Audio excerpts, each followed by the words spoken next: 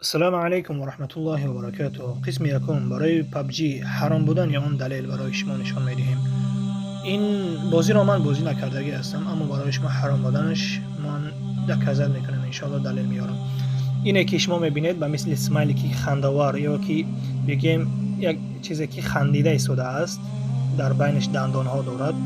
اون در اصل برای پس زدن اسلام مقصد اون را کشیدگی هستند. ببینید اون در اصل چی هست.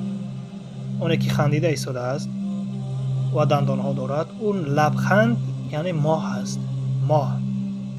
و اون دندان هایی که در آن کشیده شده است 5 دندان است. اگر خوب نظر کنید در آنجا حساب کرده نشان داده ایستاده است، آن ستاره است. این نشانه اسلام است.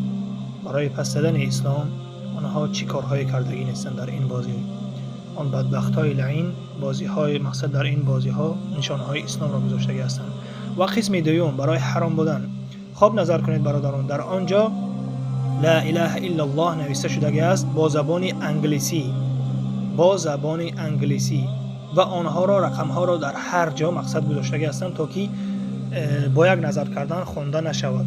و آنها را یک تا اگر جدا کرده ما بگیریم، در آنجا لا اله نوشته شده است. لا اله.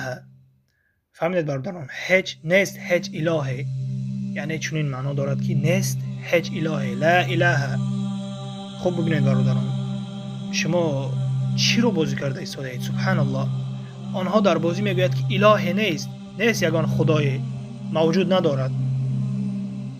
شما چرا این بازی رو بازی میکنید؟ سبحان الله، در تعجب هستم. قسم سوم رو نظر کنید برادران، برای حرام بودن قسم سوم رو نظر کنید. برای شما ما انشاءالله بسیار دکازت میکنیم، مقصد که تو که برایتون آشکار کنیم حرام بودن این رو. سبحان الله. خوب میبیاییم بر قسم سوم. خوب نظر کنید برادران، همون برادری که پبجی بازی میکنید یا دیگر بلا و بدتر، سبحان الله، یک بازی هایی که بر ضد اسلام است، حرام است، آنها را بازی میکنید. وقتی که بر شما میگویند که حرام است، شما آنها را مقصد اشنا میکنید، از مادر و از اپا و از زن و دیگر میگویید که اینها برای پرس موتور و برای پول و دیگر بلا و بدتر چیکار میکنند؟ زنهای خود را نیز میگذارند و دیگر. اعوذ بالله. از الله بترسید، از آنی که مقصد یک انسان را تهمت میکنید. خوب نظر کنید، در اینجا این سجده کرده ایستاده است، در اینجا این سجده کرده ایستاده است. سبحان الله. ببین در کی سجده کرده ایستاده است، برای چی سجده کرده ایستاده است.